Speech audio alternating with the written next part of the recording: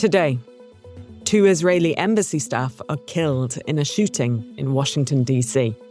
Trump confronts the president of South Africa with false claims of white genocide. A judge says Trump officials violated a court order over an attempt to deport migrants to South Sudan.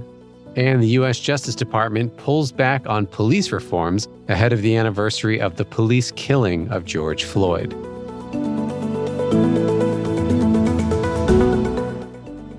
It's Thursday, May 22nd. This is Reuters World News, bringing you everything you need to know from the front lines in 10 minutes every weekday. I'm Tara Oakes in Liverpool. And I'm Jonah Green in New York.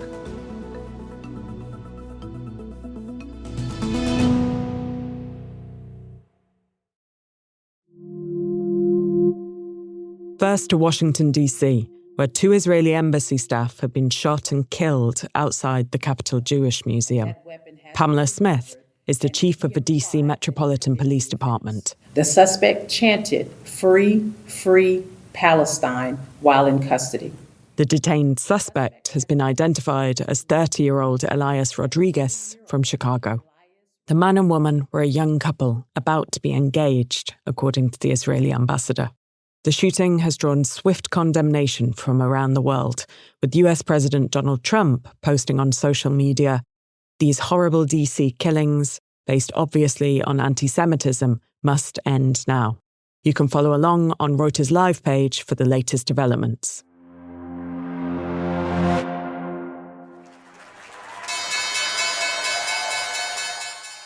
Also in Washington, Trump's tax bill inches closer to the finish line. The House of Representatives has voted roughly along party lines to begin a debate that would lead to a vote on passage later this morning. It comes after weeks of in-party divisions over how deep spending cuts should be. They're due to vote again later in the morning and send it on to the Republican-led Senate, which could take weeks to act. South African President Cyril Ramaphosa had hoped to discuss trade and critical minerals in his meeting with U.S. President Donald Trump. Instead, what he got was the American president confronting him with false claims of a white genocide in South Africa. When they take the land, they kill the white farmer. And when they kill the white farmer, nothing happens to them. No. He even played a video purporting to show evidence of this, which Ramaphosa politely refuted. People who do get killed, unfortunately through criminal activity, are not only white people. Majority of them are black people. Jeff Mason is at the White House. So Jeff, what did you make of this? It's another example of how the president has used the Oval Office as a cudgel in some ways. He certainly did that when President Zelensky of Ukraine was here for the first time, and has done it again today with the South African president. I would note, however, that President Ramaphosa had a different strategy himself. He came in prepared for an aggressive reception and remained poised throughout, did not sort of bite back, and even brought along a couple white golfers as people who could appeal to President Trump.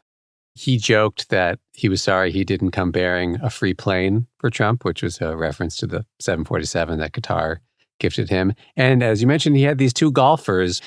Do you find that world leaders are considering this as they approach Trump, ways to kind of mollify the U.S. president so that they don't get Zelensky'd? Yeah, absolutely. I think world leaders who are coming to the White House are preparing and have studied what happened with Zelensky and are coming, if not with gifts, they are certainly coming with an attitude of stay calm, be prepared, know your brief, and also know what's coming at you in terms of the grievances that the president has.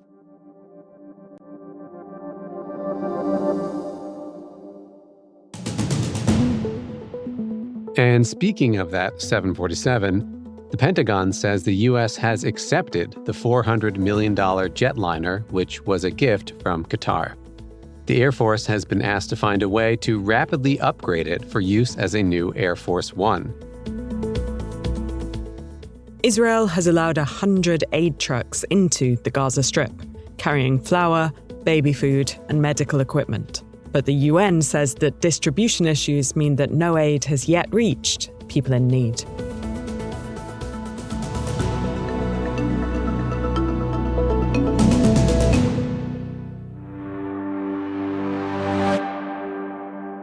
A U.S. judge says that President Trump's attempt to transfer immigrants to South Sudan violated a judicial order. On Tuesday, District Judge Brian Murphy ordered the administration not to let a group of migrants being flown to South Sudan leave the custody of U.S. immigration authorities. And yesterday, the judge said the migrants appeared to have been deported in violation of his previous order not to deport migrants to countries other than their own without the opportunity to contest their deportations. The White House, in a statement, called Murphy a far-left activist judge, while a spokesperson for the Homeland Security Department called his ruling deranged. Jonah spoke to immigration reporter Ted Hessen in Washington. Ted, first, why is the White House deporting these men, many of whom are not from South Sudan, to South Sudan? U.S. officials have long struggled to deport some migrants to their home countries because their countries won't accept them or they're slow to accept them.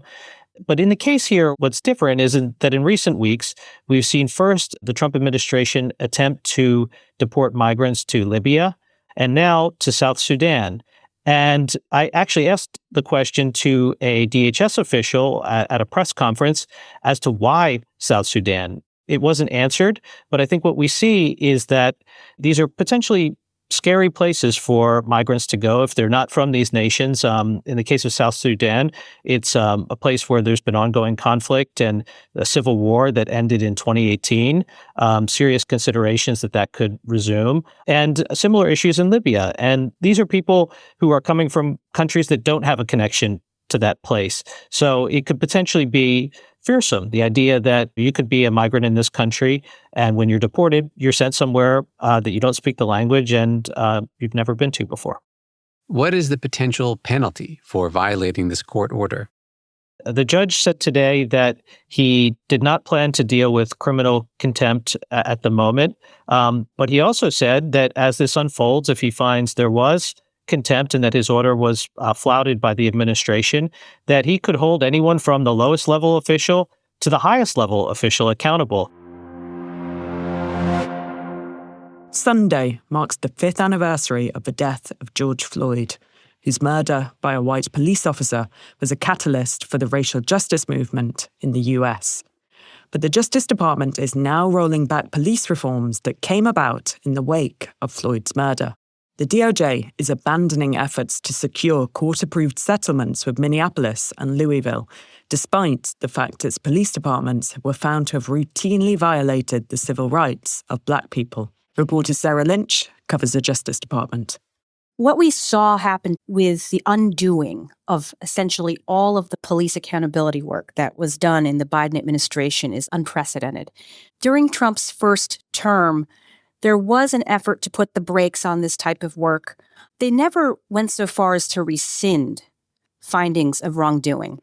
So why is the DOJ doing this?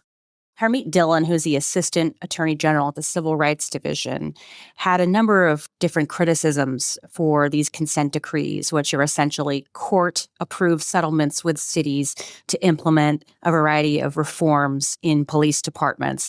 You know, she said that they cost too much money, they stretch on for too long, and it really involves too much of micromanaging in the matters of local police. And that instead of punishing essentially an entire police force for misconduct of one or two, the department should instead focus on perhaps prosecuting individual police officers who may have committed acts of misconduct that merit prosecution.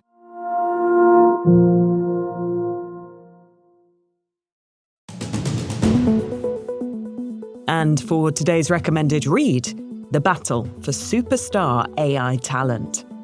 Top tech companies are shelling out millions to attract and retain top talent in a field where AI researchers can earn more than $10 million a year.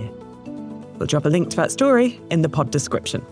For more on any of the stories from today, check out Reuters.com or the Reuters app. Don't forget to follow us on your favorite podcast player.